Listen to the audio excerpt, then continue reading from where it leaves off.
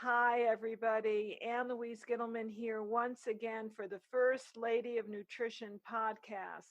And today, my guest is none other than Rebecca Wood, who is one of the stars of the holistic health movement and a personal friend. She melds traditional Chinese medical diagnostics and diet counseling with a very unusual focus, which is on facial reading. She has two magnificent books that are still in print. One is the new Whole Foods Encyclopedia, who's been in print for 37 years. And the other, which won both the Julia Child and James Beard Cookbook Awards, is The Splendid Grain. She offers an abundance of whole food recipes and core health information on her webpage. Welcome to you, Rebecca Wood. Good morning, Louise. What a pleasure to be with you again. Thank you. My pleasure. Okay, let's get right to it. How do you read your face like a book? What do you look at for the eyes, the nose, the cheeks, the chin? Tell me what you look at when you look at a person in terms of Chinese facial reading. All righty. We're looking for uniform skin color to start with. And if you'll notice, newborns, babies, very young children have pretty much a uniform skin color. Well, the cheeks are a little pink, and of course our lips are a different color. But otherwise, from toe to head, we're the same. We're monochromatic, whether it's white, brown, black, whatever the color is, it's the same. And as we age, as there are internal imbalances, then we look at the face and we see, there's discoloration, perhaps darkness under the eyes, or perhaps, areas of white around the mouth or under the eyes, or yellow or green. We can see green sometimes above the mouth. And so color irregularities are one sign of an internal imbalance, and therefore it gives you a clue. It's a red flag or a green flag, as it were, that, hey, let's make some changes to diet or lifestyle to get back on track to regain our uniform skin color. So that's one way we use it. So I remember a book years ago, Rebecca, and I know you're an old macrobiotic fan, just the way I am. And the book was called You Are All Sanpaku. And I believe it talked about seeing the three whites of the eye when you looked straight ahead at somebody, eyeball to eyeball. Could you just briefly tell us what it means when you see three whites of the eye? Sure. Well, let's go back to the newborns again. When you're a newborn, you can see three whites. You can see white on either corner of the eye and also above the pupil and the iris itself. The infant is just packed with energy, enough to carry it through its whole life. And so it's almost like the iris and pupil are the sun rising. But at the end of our life, or if we've been very ill, or if we're ungrounded, if our energy isn't good, then you'll notice that the irises tend to rise up as if the sun were setting, and then we can see white below the iris. And so there are whites on three sides, but it's below. Now, whereas normally we see just whites on two sides. So if you are to, then if you can see white below, then that's just a signal that your energy is a little ungrounded, and so you reassess and you make balance and get your energy grounded again. Real simple. I know the book indicated that people that had the three whites of the eye sometimes were headed towards an early demise. I think they talked about President Kennedy, John F. Kennedy in that regard, Marilyn Monroe, and a few other notables. So it is simply a sign that the body is out of balance in terms of the nervous system, or may have an autoimmune illness. Oh gosh. Well, from Chinese medicine, it's just that the energy is ungrounded for a number of reasons. And yes, it can mean that you're totally ungrounded, and let go of this body. But again, we use it as a sign to say, okay, what do I need to do to rebalance? And you can do that easily. I know many people who have been sambaku and who have made changes and who have regained that balance. And then also we need to mention, Anne Louise, that some people have eyes that tend to bulge a little bit, like Goldie Hawn, for example. And that's due, so we see white underneath her iris, but that has to do with the bulging eye and not with being sampaku. So, yeah, perhaps that's helpful. And I've got photographs on my webpage on a blog of sampaku that gives you more information if somebody wanted to check that out. Would you share with my listening audience what your website is at this point, Rebecca? Where can people find you? At RebeccaWood.com. Simple, easy, RebeccaWood.com. I love it.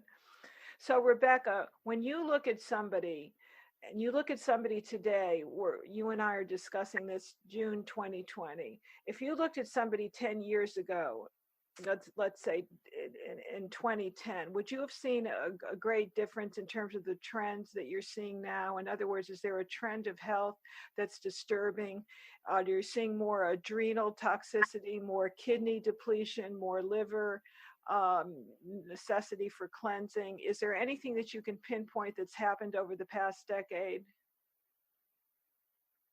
Yes, I'm definitely seeing increased amounts of SIBO, or small intestinal bacterial overgrowth, and digestive dysfunction, which has to do with, of course, liver and even adrenals and small intestine and stomach, spleen, pancreas. It's, all of our systems work together, but we can, if we look at photographs in the past 50 years or even 100 years, we see incredible differences in the mouth region, which reflects the digestive process. Lips historically were uniform in size, the top lip and bottom lip were approximately the same size, and they had clear, precise borders. There was lip and there was skin, and it was a clean demarcation between the two. Whereas you look around you today in the office, on the subway, look in the mirror, and the odds are that the skin and lip, the border will be fuzzy, or there will be irritated skin, or the lips are discolored. And this all is showing that there's an internal imbalance, that you're having a hard time assimilating what it is you're eating.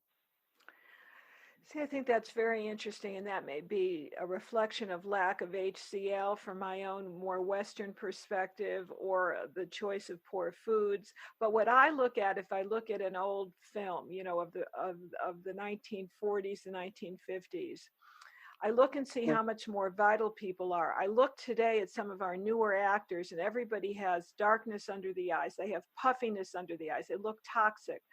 What does the area under the eyes indicate to you as a facial reading expert? Well, directly under the eyes, the zone of the eyelashes, the lower eyelashes, that's more kidneys and bladder. Whereas actually on the cheekbones, then, so that's going a little lower, that area reflects the colon. And if the kidneys, however, are very toxic from coffee, drugs, lack of sleep, then that area, the darkness directly under the eyes, can extend, much further, and even, to the whole orbit, the whole eye region, so for the raccoon eye type look. So typically, though, it's kidneys and colon that we read under the eyes. And I agree with you. We're seeing, young children with health problems that we didn't have in recent history. It's very worrying. And the really great thing about face painting is it's a do-it-yourself.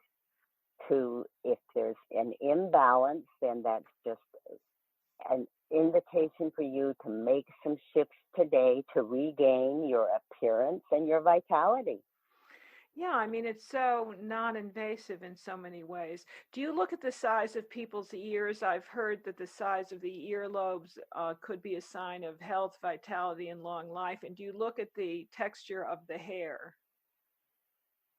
Well, yes. So there's constitutional face reading, and in that case, then the larger the ears, the more vitality one was given at birth. They say it's like being born a millionaire, whereas very small ears reflect lesser groundedness and kidney energy. But we can't really change our ears. That comes from our genetics and what our mother was eating when she was carrying us.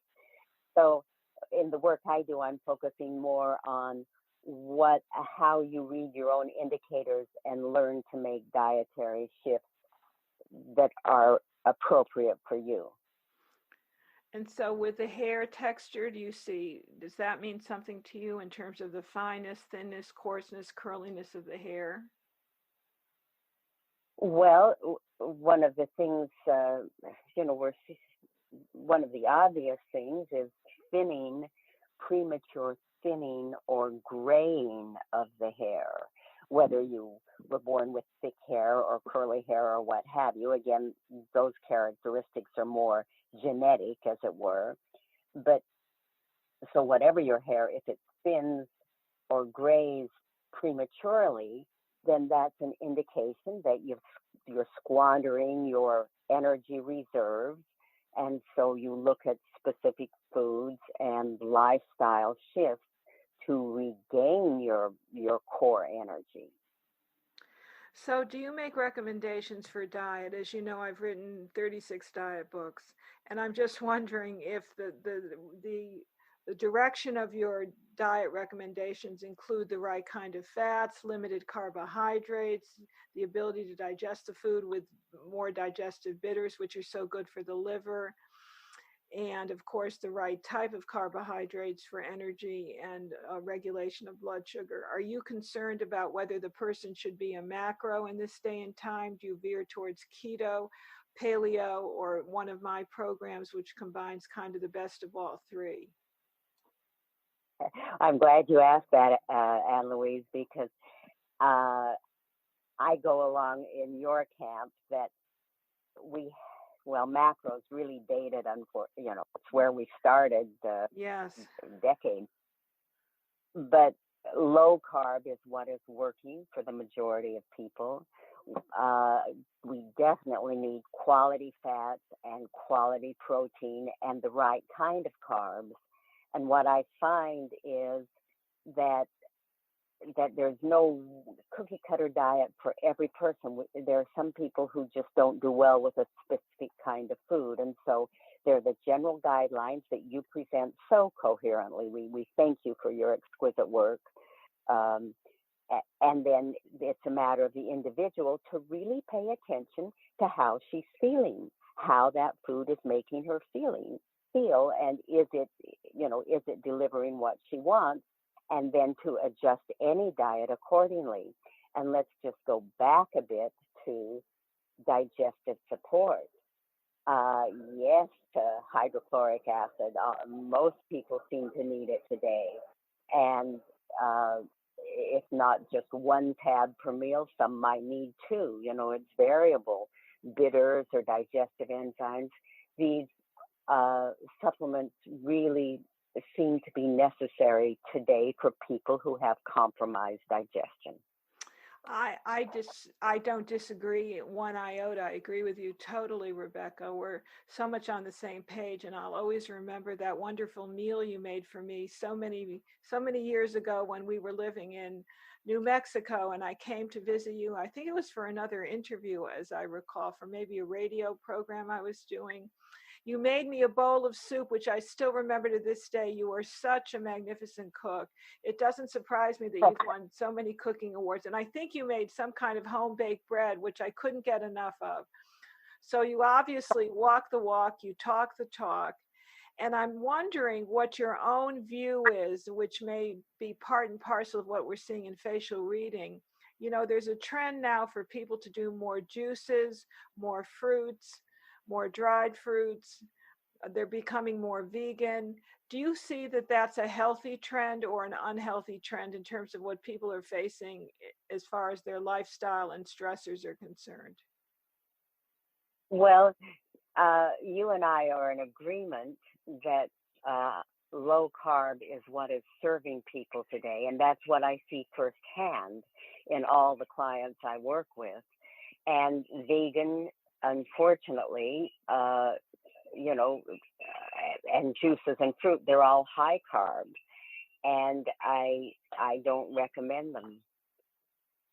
And, so we just so appreciate that impulse that we would all prefer to be vegan, and let's get your gut balanced, and then you can enjoy more vegetarian staples. But the important thing is to use foods medicinally to regain your health. We have to start there. And so do you believe in the whole concept when you're doing a facial reading? Do you talk about the importance still of eating by the seasons, eating cooling foods in the warmer weather, eating warming foods in the cooler weather, which I think is one of the tenets of macrobiotic cooking and eating, which I still find very applicable? I'm glad you brought this up, Anne-Louise. Yes, it's so important to have a balanced meal. And, I got a client yesterday sending her diet log, and she's so proud of how healthy she's eating and of her good lifestyle. And I looked at her diet log for 3 days, and I just wept. She calls lunch an apple and peanut butter. And it's like, oh, and then a smoothie for breakfast. And she's wondering why she's 36 and has no energy. We so want people to eat 3 good meals a day, and then that gives them the energy to accomplish what they want to in the world. And that means eating according to season, not eating, it's summertime, so we're going to eat more cooling foods now, more salads. But there's again so many clients that come to me who have cold extremities, whose lips are pale, almost sometimes even with a blue hue, and you see 12 months of the year they're living on mostly salads or snack foods or peanut butter or smoothies, and no wonder they're cold inside. So people's concept of diet is just, it's so polarized today, thinking that superfoods and a few salads will serve them. And if they could just remember, what a 4-square meal looks like. There's carbohydrate, protein, a green vegetable, a root vegetable, and most of it's cooked and easy to digest. The typical diet today is so far from what it used to be. And what about the concept? I know I work with this and trying to meld it into my programs, especially in some of my earlier books. I wrote a book called Your Body Knows Best, which talks about the concept that there's no one diet that works for everybody, and what worked for you when you were 25 may be very different when you're 50. And being a vegetarian or a vegan for short periods of time to just do a cleanse and a clean out is very different than using it as a lifestyle program. But I'm wondering how you would consider the whole theory of the blood type diet. Do you believe that is applicable? If you're an A blood type, you need to be more vegan or vegetarian, and you definitely need hydrochloric acid. If you're an O, you can tolerate a lot more protein. You need to exercise more, and the Bs and ABs are in a little category of their own. Do you find any applicability to that particular approach to eating? Anne-Louise, that takes into account it's looking at one piece of this whole incredibly complex mandala that our bodies are. And it's just to create a diet from just the blood type it's a piece of it, but there's so many others. So I'm looking at a much bigger uh, a much more, our bodies are so much more complex. And yeah, it has some useful information, but don't go by that strictly. Is my experience with myself and all my clients. So over the years, have you recommended any particular basic supplements when you look at somebody's facial characteristics or marks or creases or dots or breakouts or so on and so forth? Do you believe in supplements? Well, yes, definitely need digestive aids, and uh, there are so many supplements we do need, and the place to look on your own face then is your mouth region. So if it's irritated above your mouth, if there's pink skin above your lip, or if the skin is irritated or if the border is fuzzy, then that points to indigestion, to SIBO, gas, SIBO. reflux. Thank you, thank you. And so you want to make sure that you're getting the digestive support. Well, first of all, you need to stop eating what it is that's irritating your gut, and then get the digestive support that's going to help you assimilate what it is you're eating. So digestive supplements there, and then we look at the lower lip, and if there are irregularities, if the skin is poochy below the lip, or if there's pink, there's some sort of itis, some sort of inflammation there.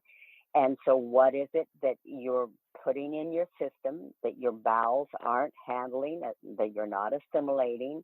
And so what do you eliminate to take care of that? And what supplements do you take to support full assimilation?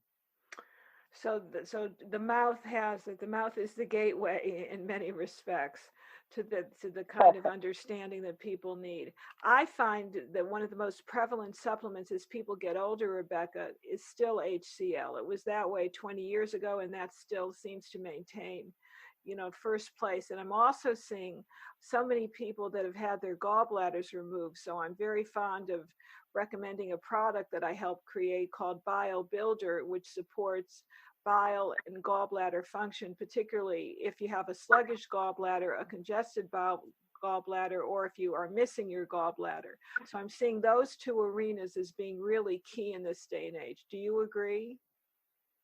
I would agree with that, and also enzymes. Some people do fine with an over-the-counter enzyme, and I think it's best taken at the end of the meal. Whereas others are going to need prescription quantities of enzymes, and your doctor would need to help you with that. But yeah, no matter if you're eating a perfect diet but not assimilating it, well, you're not going to feel well, right? So we do need digestive support today.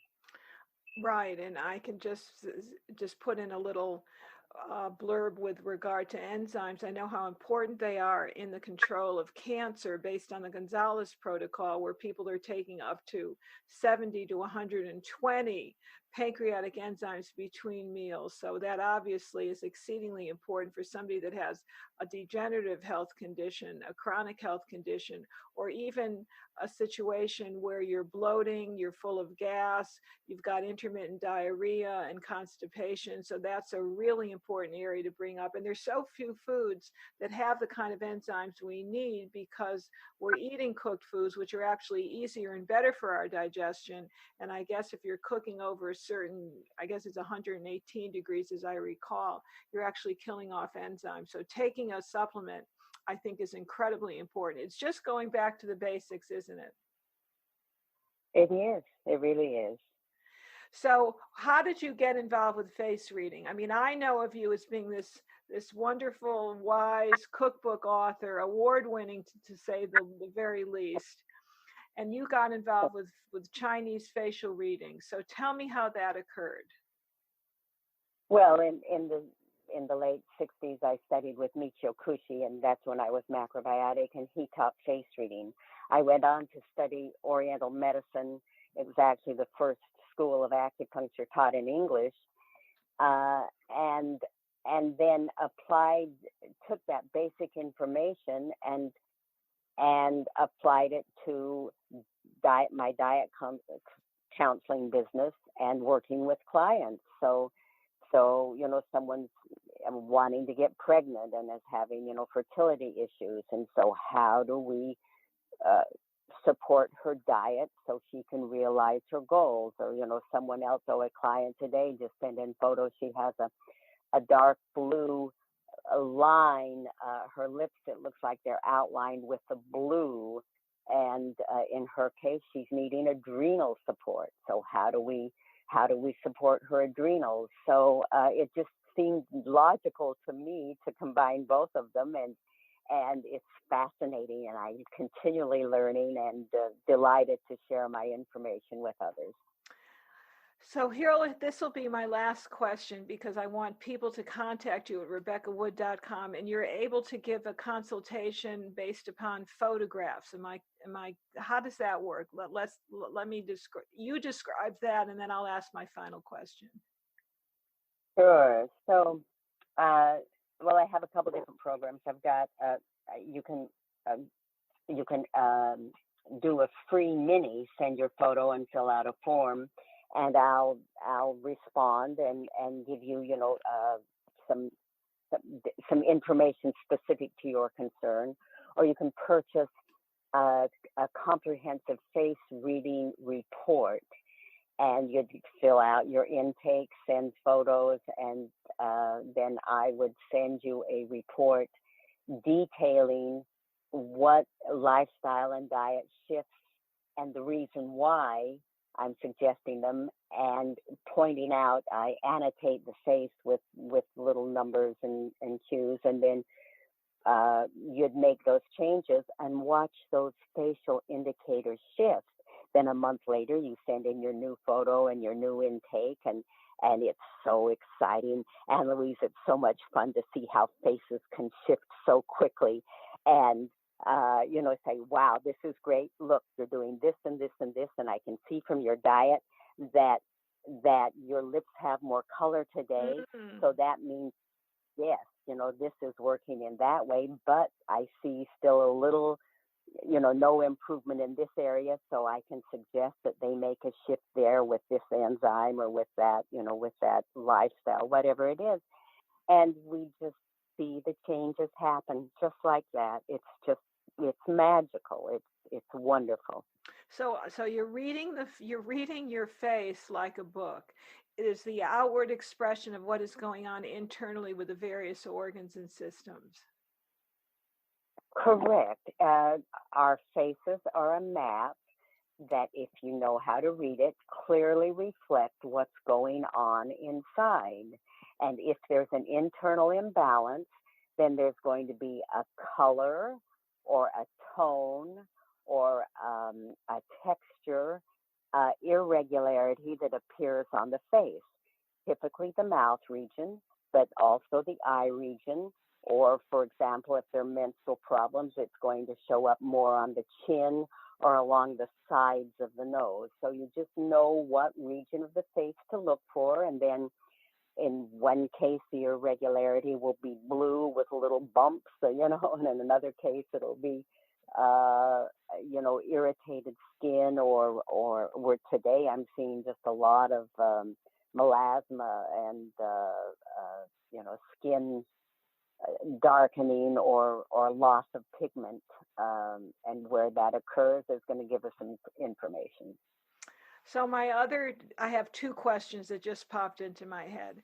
I have a lot of clients that talk about these little red dots, Pedechi, I think they're called, or Pedechi. Could you explain what the prevalence of that is and what that might indicate? Well, okay, from Oriental medicine, the little red dots are broken blood veins, and so it can be multiple causes. It could be, it could be an autoimmune condition. It could be a reaction to medications, what have you.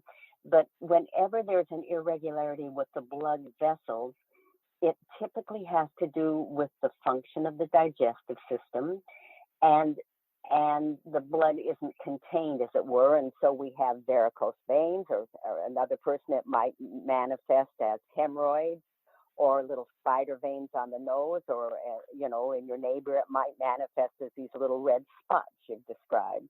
So however it manifests, what we're going to do is look at what underlies the problem and support, in this case, the digestion, the spleen, so that the veins are going to have more tone versus be more apt to swell, enlarge, or break into those little red spots. Does that make sense? Oh, absolutely. And it's just becoming so much more common. So much more common. Yes. So in that same vein, pun intended, people are also concerned about skin tags. We're seeing a lot of people as they get older start to sport these skin tags. What would that indicate to you? Oh gosh, that's more a colon issue. And so probably you're going to see irregularities on the lower lip that go along with those skin tags. And ideally, if our lifestyle's right, if our diet's right, if we've got the right diet support, then what we eat is going to be absorbed. What we can't absorb is going to be excreted, and our bowels will be healthy and our skin will be healthy, because the skin is a complementary organ to the colon and lungs in Chinese medicine. So if we're getting rid of our toxins through normal channels, it's not going to come out the skin in little tags or loss of tone or discoloration or rashes or other symptoms. So it's all about digest. See, when they talked about health and death beginning in the colon, there was really some truth to that, wasn't there? It's the GI tract. Yeah, it's critical. Absolutely critical. And I think people have to get a little higher up. I think the tummy is where it all starts. And that lack and that persistent lack of the hydrochloric acid, which is so prevalent in today's day and age. So I'm so glad that you spoke about that. Is there anything that I didn't cover that you'd like to complete with, Rebecca? Oh gosh, Anne Louise. Let's see. We so want everyone to feel their best. And there's so little in our culture today that supports our taking time to eat really well, to eat balanced meals, to sit at the table and enjoy them. Some of us tend to eat on the run or skip a meal, and so I'm going to speak for both of this in behalf. Let's just imagine everyone today taking time to really deeply nurture themselves with foods they enjoy, with foods that please them, and with foods that give them the energy they need to live their lives to the fullest. This is what we wish for everyone. What a blessing. You have been a blessing. And I'm going to suggest that everybody picks up your classic new Whole Foods Encyclopedia. I refer to it to this day, Rebecca. You have melded much of what you've discussed today with some of the Chinese medicine lifestyle and dietary suggestions all about foods, and it really has been so very helpful in so much of my writing. So I have to personally thank you for that. Thank you.